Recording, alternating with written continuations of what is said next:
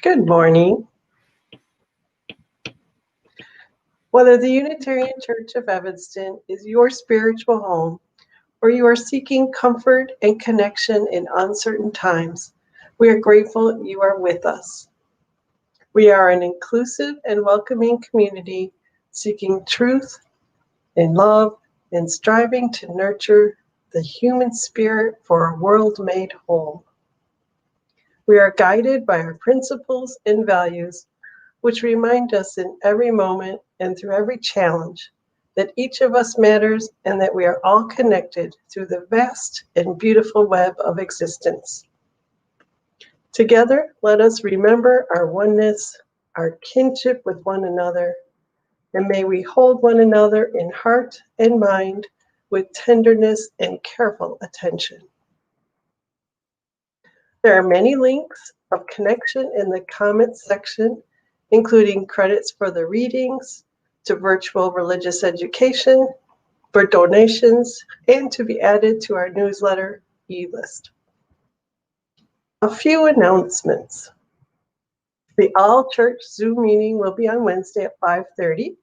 We'll send a reminder email in the early afternoon on Wednesday with a link.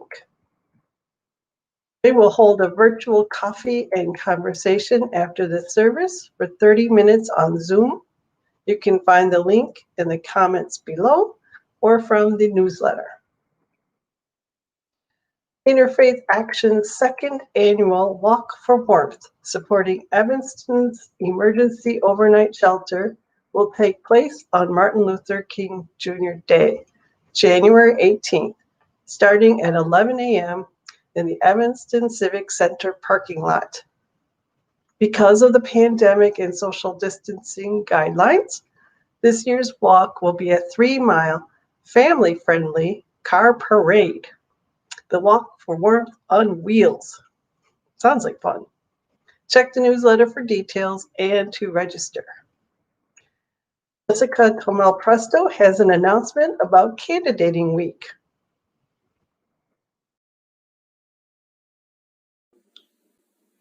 Hello, my name is Jessica Tomel Presto, and I am President of the Board of Trustees. I have an important message for UCE members. A congregational meeting will be held on Sunday, January 24th, immediately following the service, to vote on calling our ministerial candidate, Reverend Eileen Liviot. Due to COVID-19 restrictions, we will be holding our meeting virtually. Here's what you need to know in order to vote at that meeting. You must have been a member of the church for at least 90 days. For the vote to happen, we must have a quorum of 40% of UCE's eligible voting members. That's about 160 people. And to call the minister, 80% of those present and voting at the meeting must vote yes. Though our bylaws specify that a yes vote from 80% of those present at the meeting is required to call a minister, most ministers see at least 90% as a successful call and will not agree to the call with less. If you are an eligible voting member, you will receive a Zoom link in your email on Wednesday, January 20th. Please do not share that link. If you do not receive that email, please contact the UCE office by Friday, January 22nd. On January 24th, immediately following the service, please click on the Zoom link to join the congregational meeting and vote. Further instructions for what to do at the meeting are detailed in this week's newsletter and will be in the newsletter the next 2 weeks. Please contact Adam Goff before the meeting if you need assistance with Zoom. Please contact the board if you cannot access Zoom and would like a phone buddy to connect you to the meeting that day. If you're not an eligible voting member, you can watch the meeting on the YouTube live stream. Please do not have both the YouTube broadcast and the Zoom meeting running at the same time. If you have any questions about the meeting, please contact the Board of Trustees. Please attend one of the Candidate Week forums hosted by the Search Committee. Thank you. Please join us on January 24th and cast your vote.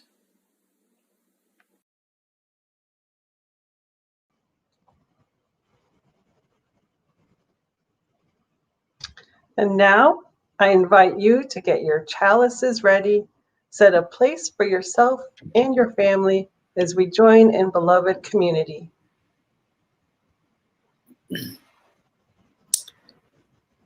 Our opening reading is from Gretchen Haley. It begins now in the imagination.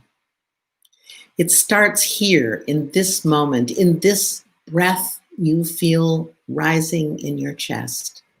This beat building between us, the healing, the hunger, the hope, the courage, the calling, the commitment, the drawing out of a new day. It begins now in the imagination. In this story we weave together, this song we sing, this prayer we bring into being from our hearts to our lips, from our hands to our life, our shared life. It starts here with praise and thanksgiving, forgiveness and this humble centering, confession that we could be wrong, this promise that we make to keep learning, to keep trying, to keep our sense of humor, and to keep close, this knowing that we are all in this together. Come, let us begin. Come, let us worship together.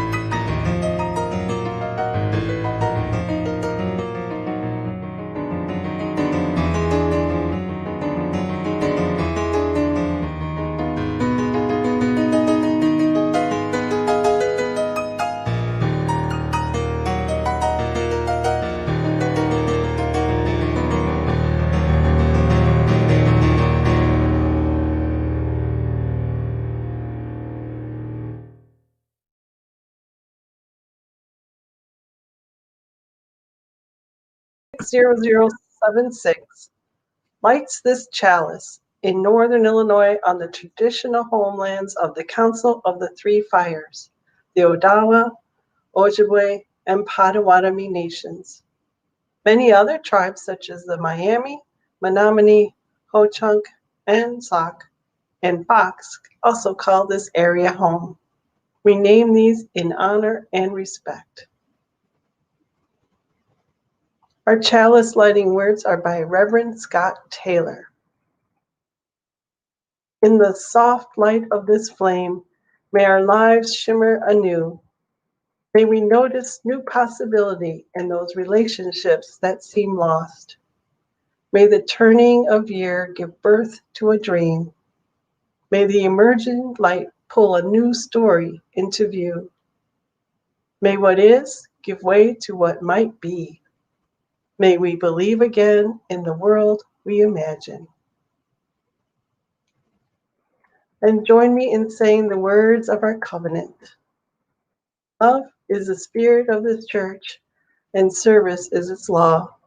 This is our great covenant, to dwell together in peace, to seek the truth in love, and to help one another.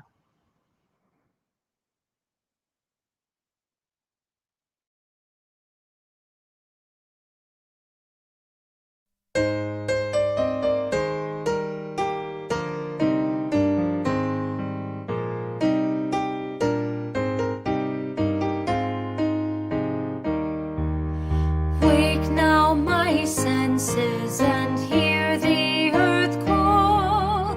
Feel the deep power of being in awe. Keep with the web of creation your vow, giving, receiving.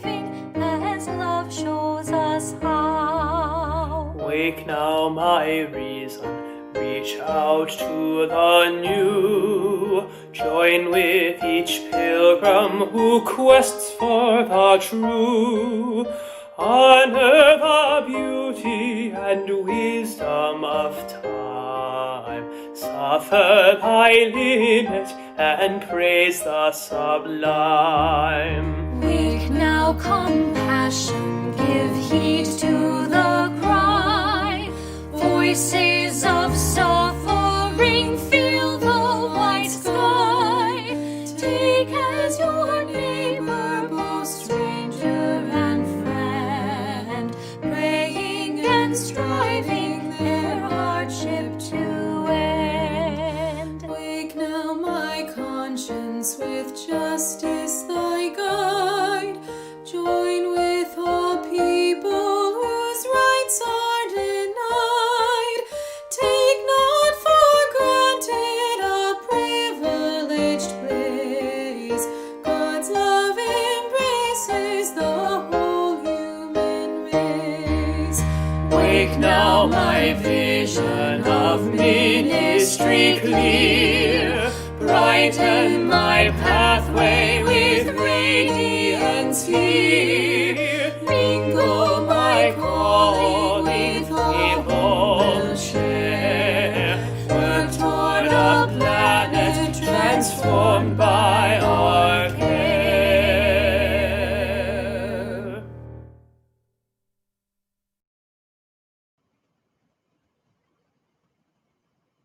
Our story today is Stone Soup by John J. Muth. 3 monks, Hawk, Locke, and Sue, traveled along a mountain road. They talked about cat whiskers, the color of the sun, and giving.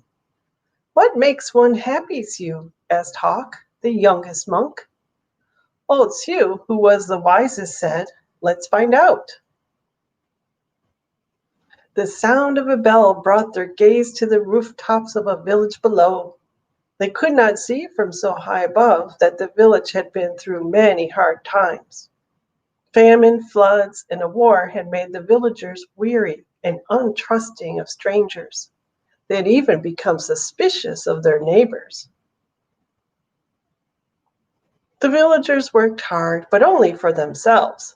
There was a farmer, a tea merchant, a scholar, a seamstress, a doctor, a carpenter, and many others, but they had little to do with one another. When the monks reached the foot of the mountain, the villagers disappeared into their houses. No one came to the gates to greet them. And when the people saw them enter the village, they closed their windows tight. The monks knocked on the door of the first house. There was no answer. Then the house went dark. They knocked on a second door and the same thing happened. It happened again and again from one house to the next.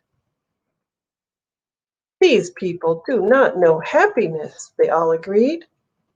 But today, said Sue, his face bright as the moon, we will show them how to make stone soup. They gathered twigs and branches and made a fire. They placed a small tin pot on top and filled it with water from the village well. A brave little girl who had been watching came to them. What are you doing? She asked. We are gathering twigs, said Locke. We are making a fire, said Hawk. We are making stone soup, and we need 3 round, smooth stones, said Sue.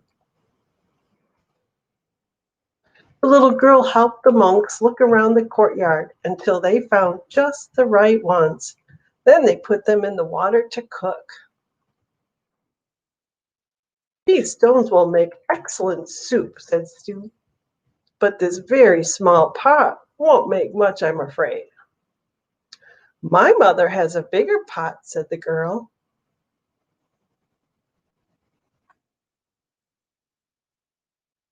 The little girl ran home. As she started to take the pot, her mother asked what she was doing. The 3 strangers are making soup from stones. They need our biggest pot. Said the mother. Stones are easy to come by. I'd like to learn how to do that. The monks poked the coals. As smoke drifted up, the neighbors peered out from their windows. The fire in the large pot in the middle of the village was a true curiosity. One by one, the people of the village came out to see just what this stone soup was. Of course, old-style stone soup should be well seasoned with salt and pepper, said Hawk. That is true, said Locke, as he stirred the giant pot filled with water and stones. But we have none.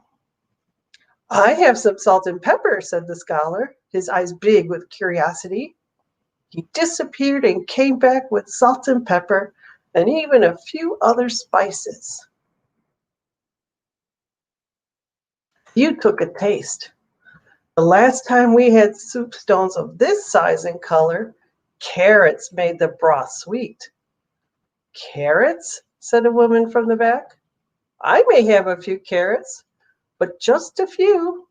And off she ran. She returned with as many carrots as she could carry and dropped them into the pot. Oh, you think it would be better with onions? Asked Hawk. Oh, yes, maybe an onion would taste good, said a farmer, and he hurried off. He returned in a moment with 5 big onions and dropped them into the bubbling soup. Now that's a fine soup, he said. The villagers all nodded their heads as the smell was very agreeable. But if only we had some mushrooms, said Sue, rubbing his chin. Several villagers licked their lips. A few dashed away and returned with fresh mushrooms, noodles, pea pods, and cabbages.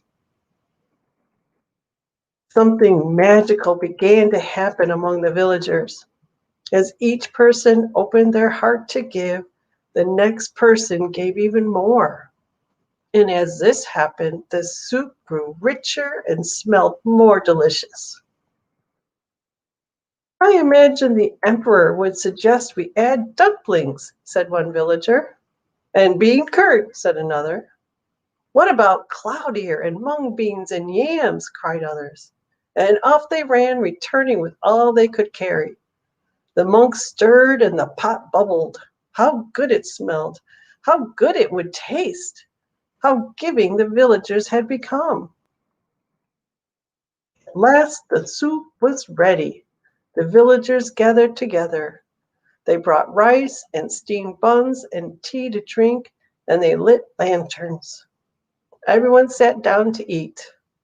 They had not been together for a feast like this for as long as anyone could remember.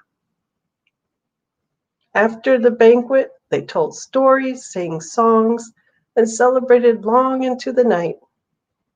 Then they unlocked their doors and took the monks into their homes and gave them very comfortable places to sleep. In the gentle spring morning, everyone gathered together near the willows to say farewell. Thank you for having us as your guests, said the monks. You have been most generous. Thank you, said the villagers. With the gifts you have given, we will always have plenty. You have shown us that sharing makes us all richer. And to think, said the monks, to be happy is as simple as making stone soup. The end.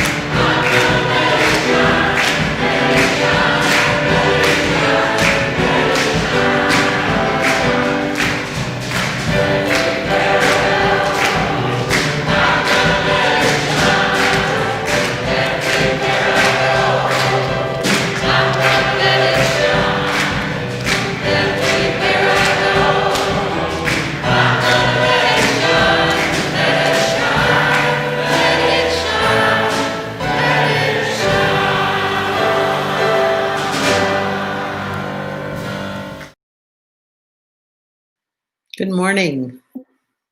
Good morning. These are the joys and sorrows that have been submitted through the Google form found on the homepage of our website. Alternatively, you can send an email to Reverend Eileen or Reverend Susan Francis. So these are the joys and sorrows that have been shared with us ahead of time. Andy Fisher says, I am sorry that 4 people died when the Trump supporters blindly stormed into the US Capitol building, but I am glad when our Congress bravely reconvened afterward and several Republicans withdrew their objections to confirming Joe Biden as our next president. Noel Jovovich writes, a joy, my great gratitude to be able to take part in Sunday services with my beloved community from great distance and in total safety. Please stay well, everyone. And from A.B. Grabalski, thank you to everyone who sent sympathy cards and get well wishes. Your positive energy helped a ton in my recovery from the stroke I had on 12/5/20. A health update, I'm about 98% covered and I'm still working on strengthening my left hand. A good therapy is typing. I will be going back to work in a week. As for my dad, today would have been his 93rd birthday. I believe he is reunited with the love of his life, my mom, and they are celebrating with my sister and nephew. And in this moment, when we offer up our individual joys and sorrows to the care of our beloved community, we pause this week to make special notice of our shared sorrow. This week, we experienced the violation of the sacred trust embedded in the heart of American democracy.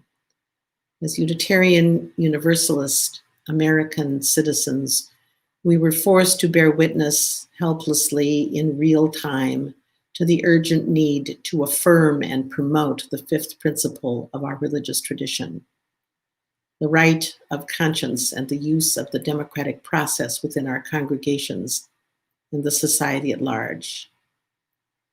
We also saw order restored.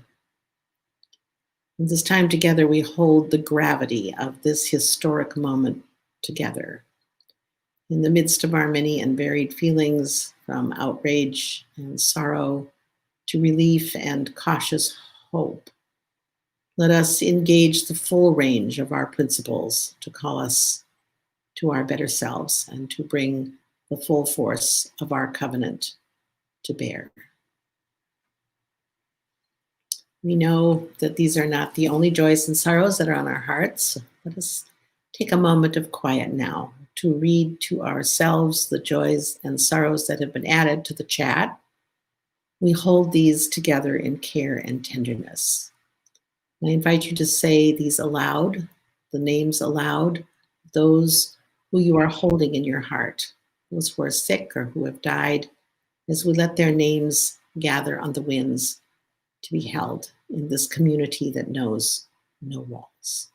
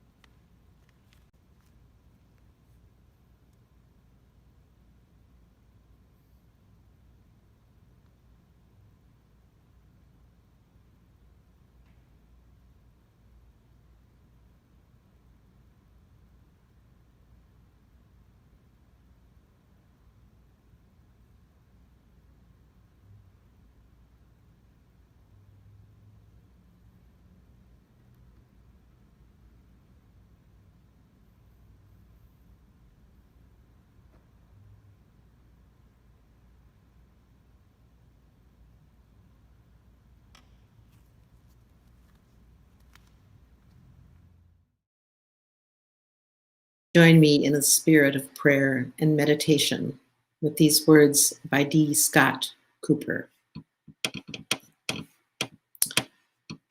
We bow our heads in order to imagine not one path, but many. We imagine a path forward for those who cannot imagine any path forward because of poor health, financial hardship, family crisis, and other roadblocks we cannot begin to understand or imagine. We come together to imagine a path forward for those of us despairing because we do not seem to know our country nor our neighbors, despite the fact that we have not moved at all. May we be the good we are hoping to find as we travel side by side down the path toward hope. We imagine a path forward for those who feel lonely. May we take one another's hands as we walk that path toward community. Truly, we know as we imagine these ways forward and imagine being able to take one another's hands, the path will lead to hope. The roads will lead to beloved community. And the arc will bend toward justice because we have dared to travel with love in our hearts. Blessed be. Amen.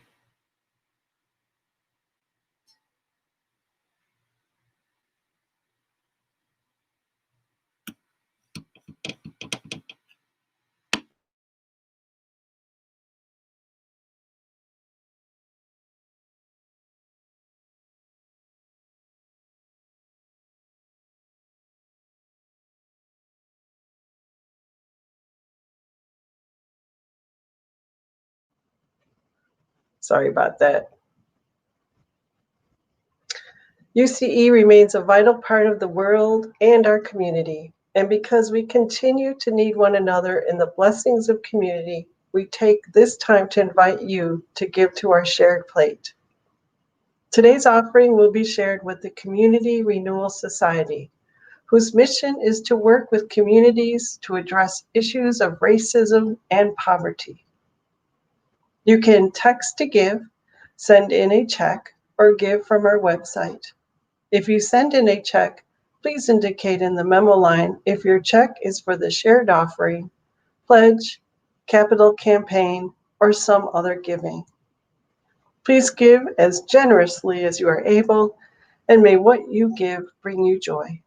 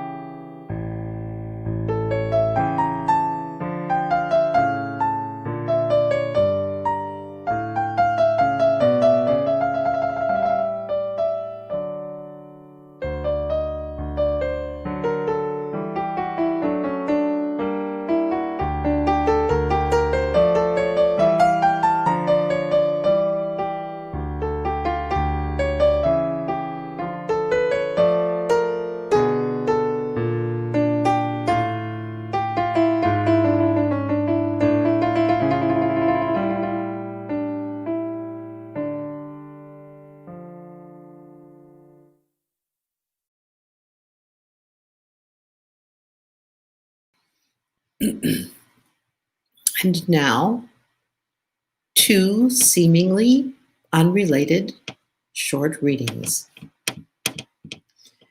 The first is called The Blind Man and the Elephant, a Hindu fable by John Godfrey Sachs. 'Twas 6 men of Indostan, to learning much inclined, who went to see the elephant, though all of them were blind, that each by observation might satisfy his mind.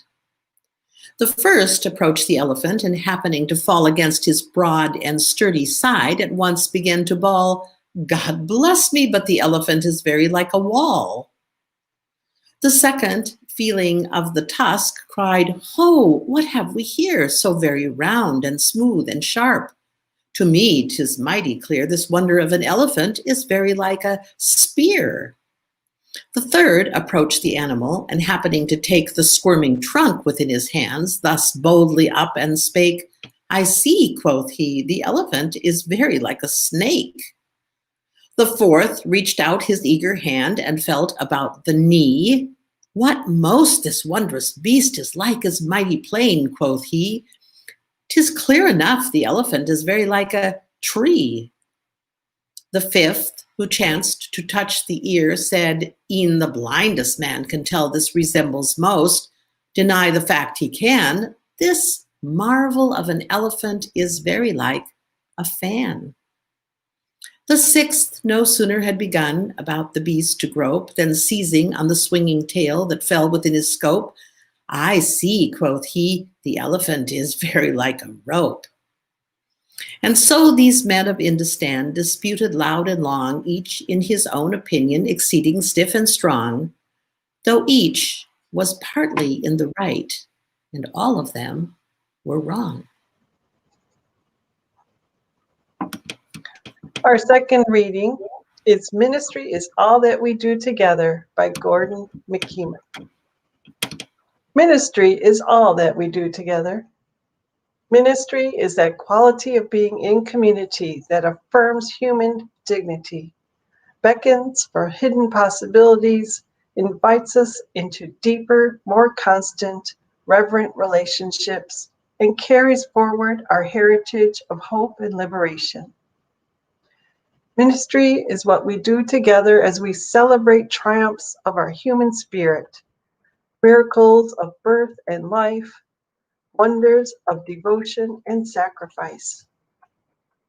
Ministry is what we do together with one another in terror and torment, in grief, in misery and pain, enabling us in the presence of death to say yes to life.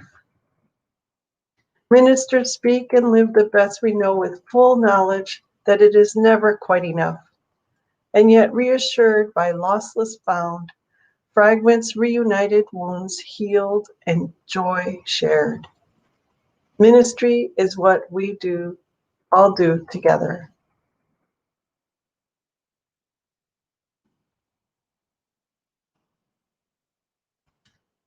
I'm thinking of this. Oh, thank you, Kathy. I'm thinking of the anthem today as a kind of music bath. The title, Hope for Resolution, the performance itself, and the spirit of this piece are so healing and hope-filled. This recording was made at the April 2018 Music Sunday, when the UCE choir combined their voices with the Evanston Children's Choir. The violinist is one of the UCE youth. There is a blending of two cultures in this piece. There is a wash of many voices across generations, across culture, across time, bringing hope for a new day. The photos are you expressing the best of shared ministry.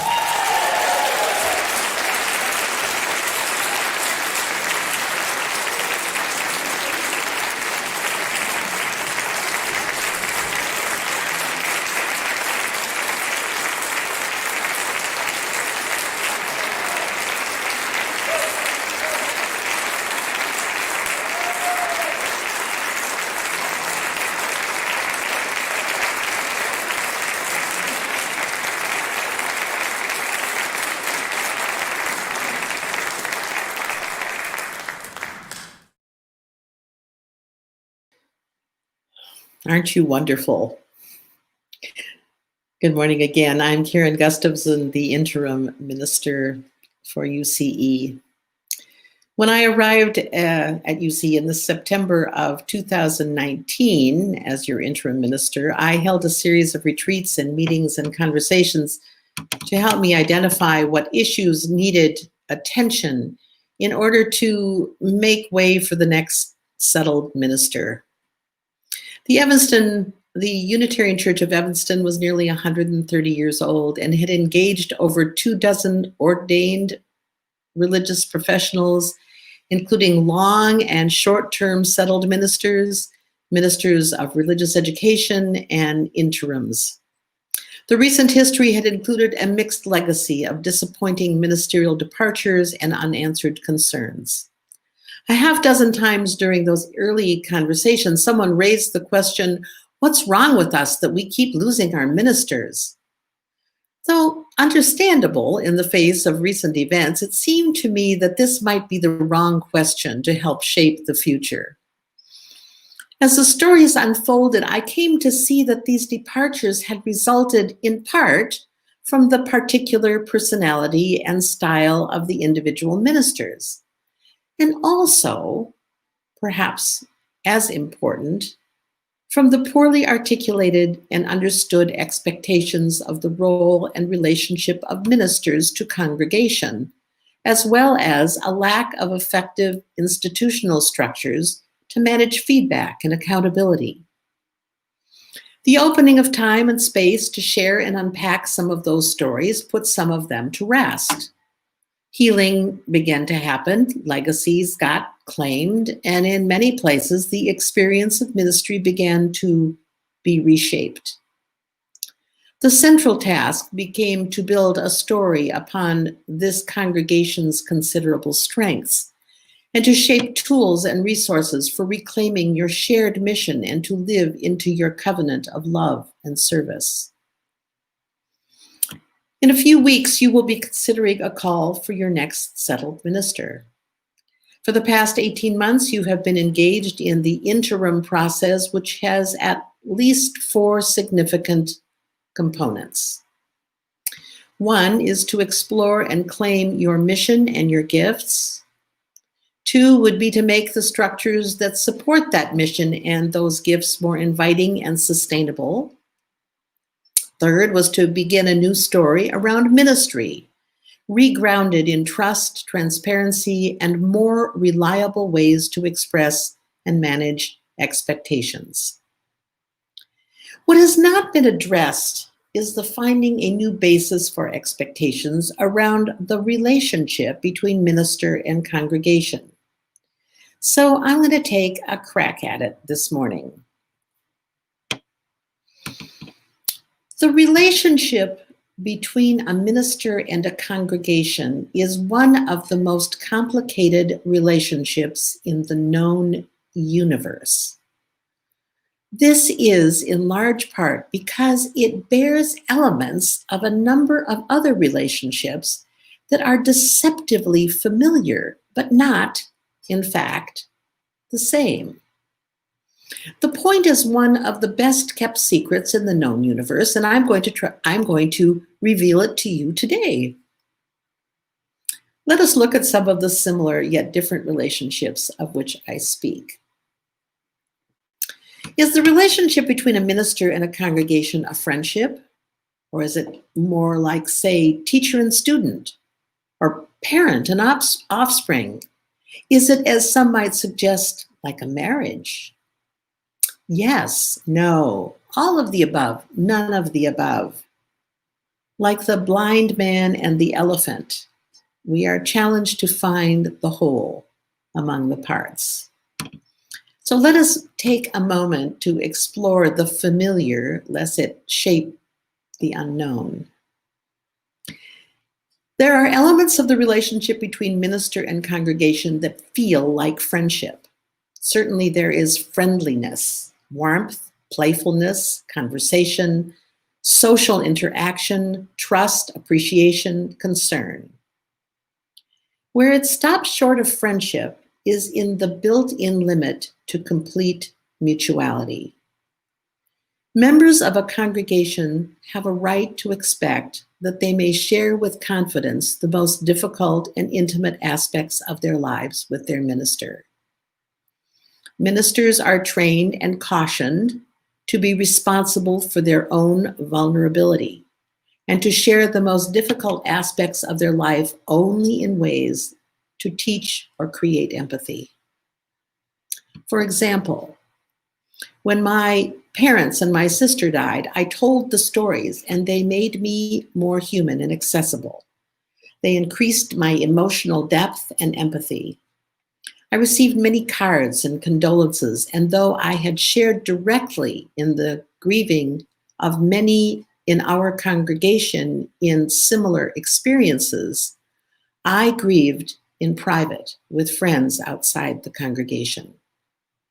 Some years ago, I was also aware of a number of women in the congregation I serve who had suffered a variety of losses, death of a parent, job loss, end of a relationship, empty nest, and so on.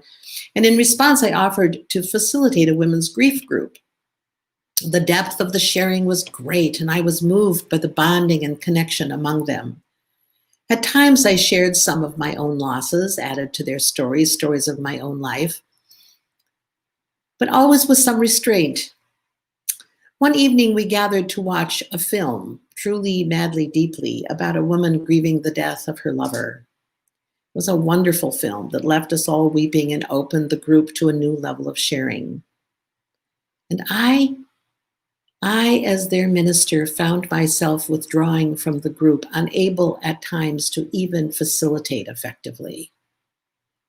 I was aware that I was feeling envious of their intimacy, wanting not to be their minister, but to be part of the friendship. I knew somehow that the sharing that I wanted to do might at some later date interfere with my ability to effectively minister to one or more of those women. At our next meeting, I chose to name that reality. Oh no, they said, you can share anything with us. It's okay. No, I said, I don't think so. For example, if I were contemplating a divorce, to which one of the women immediately said, you're right. You need to work that out with somebody else. One can only imagine the complex impact that such sharing in the name of friendship might have had on my future ability to minister. When John Gustafson and I married during the 3rd year of my ministry, I showed him the guest list for the wedding, which included every member of the congregation. It's everybody or nobody, I said. Oh, he said, with characteristic ironic appreciation. So you can't just invite your 75 favorite church members? I share these stories not as an absolute measure, but as examples of where the friendship analogy breaks down. The relationship between minister and individuals in the congregation can feel very like friendship, but is constrained by the ways we must measure our attention and hold our own counsel. Well, then is it more like a student-teacher? In some ways, certainly, especially if we understand the teacher as one who imparts knowledge and wisdom, who nurtures curiosity and the desire to learn and the skills to engage in the world. A minister is a teacher from whom the congregation learns. Yet embedded in white academic culture is the myth of the expert, the all-knowing one whose authority comes from a deep well of specialized study. For so many, even those who are teachers, this often unearned authority can become, at best, a source of disappointment and a barrier to the kind of human interaction that is at the heart of real community. Ministers are like teachers whose stock and trade is intellectual integrity and openness to mutual growth and learning, but they are not teachers in the sense of being an expert. This analogy also stops short when it comes to accountability for learning and the shape of the feedback loop. There are no quizzes or final exams or attendance requirements for congregants, and all too often, neither are there reliable forms of feedback and accountability for ministers who find themselves blindsided by unexpressed disappointment and poorly managed expectation, sometimes by those who have failed to do their homework. Or is the minister-congregation relationship like that of a parent to their offspring? Certainly, this is a relationship that at best involves nurturing and supporting, encouragement to fulfill potential, forgiving and empowering. It is a relationship that embodies the development and maturing of both the minister and the congregation. It is, however, a relationship that assumes a level of competence and knowledge and history that are not and have never been part of this relationship, which, from the beginning, assumes expectations and promises forged consciously with hope of mutual fulfillment. And I have heard settled ministry compared to marriage, the installation like a wedding. And as reluctant as I am to entertain this analogy, there are indeed elements of this relationship that seem that way. This is, after all, another kind of covenantal relationship. Soon you and your chosen candidate will make promises to each other about how you expect to be together. These promises will be based on the long tradition of this kind of relationship within our religious tradition. Like a marriage, this will be a public affirmation of the faith you have in each other, to fulfill certain mutually agreed upon expectations. You will be together, for richer, for poorer, in sickness and in health, and even at times for better, for worse. But as your own experience with ministry has shown, this stops decisively short of being a marriage when it comes to the level of mutual intimacy and the promise to stay together until either the congregation or the minister dies. Gordon McKeeman, who you heard from earlier today, longtime minister of the congregation in Akron, Ohio, and later president of the Starr King School for the Ministry in Berkeley, many years ago amended his marriage ceremony to say, instead of "till death do us part," to "as long as love shall last." This is more like it, but not really. At best, love does not end. And relationships are transformed from one kind to another, even when partings occur. At best, it is the legacy of promises fulfilled and expectations realized that give way to celebrated endings and to other beginnings. Children grow up and leave home, and love lasts. Friends move away, and love lasts. Marriages that have become contracts that neither shall be the best they can be end as marriages, and love can last. Ministers retire or find more suitable settlements after long or short tenures, and love can last. What is this kind of love that lasts? It is the love that we share beyond the particular. It is the love we create together that is more than the sum of the parts. It is the flame that is kindled when we, ministers and congregation, join our individual flames to kindle a common chalice, fulfill a shared mission, access the well of diverse skills, acknowledge our own capacity for good, and use that combined power as a source that nourishes each human spirit and feeds the wholeness of the world. This is the love that lasts, and this is the basis for shared ministry.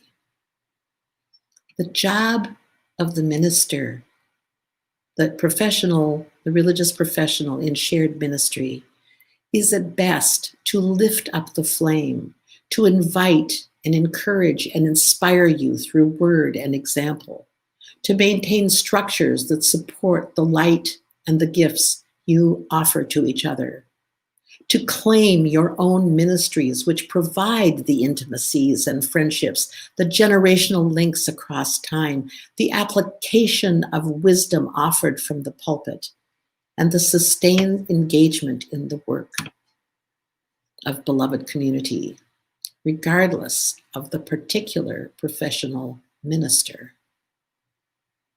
The primary relationship of a minister in a congregation of this size and history is with the whole, and also with you as individuals when you are least able to offer anything in return.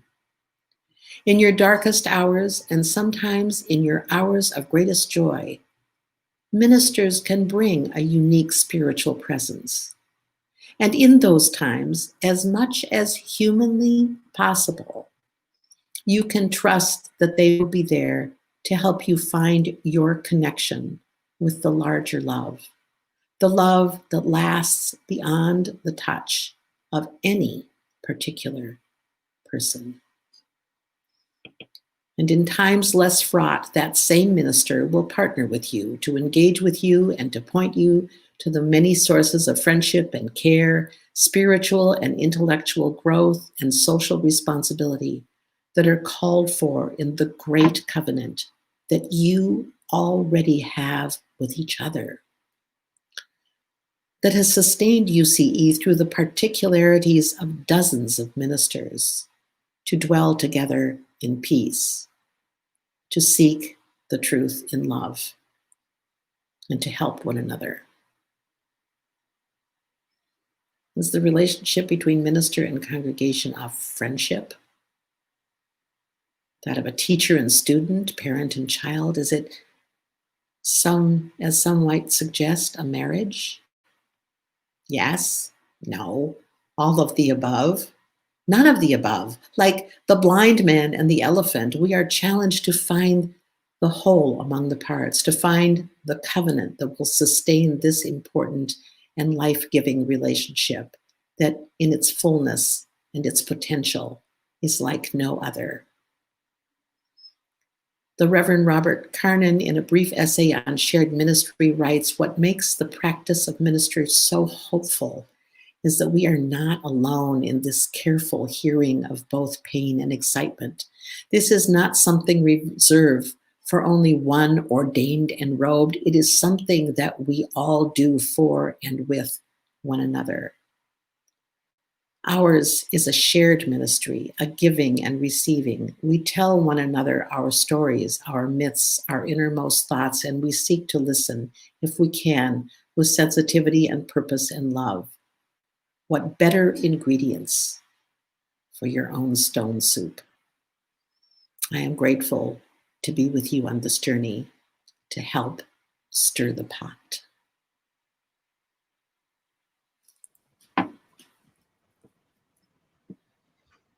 As we extinguish the chalice, please join in saying these words.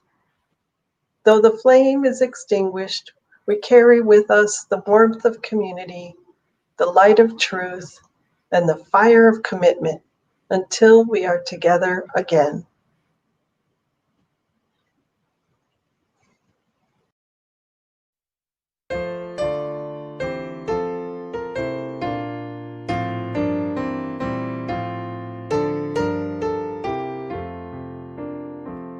Make channels for the streams of love, where they may broadly run, and love as overflowing streams to fill them everyone. But if at any time we cease such channels to provide, the very founts of love for us will soon be parched and dried. For we must share if we would keep this gift all else above. We cease to give, we cease to have, such is the law of love.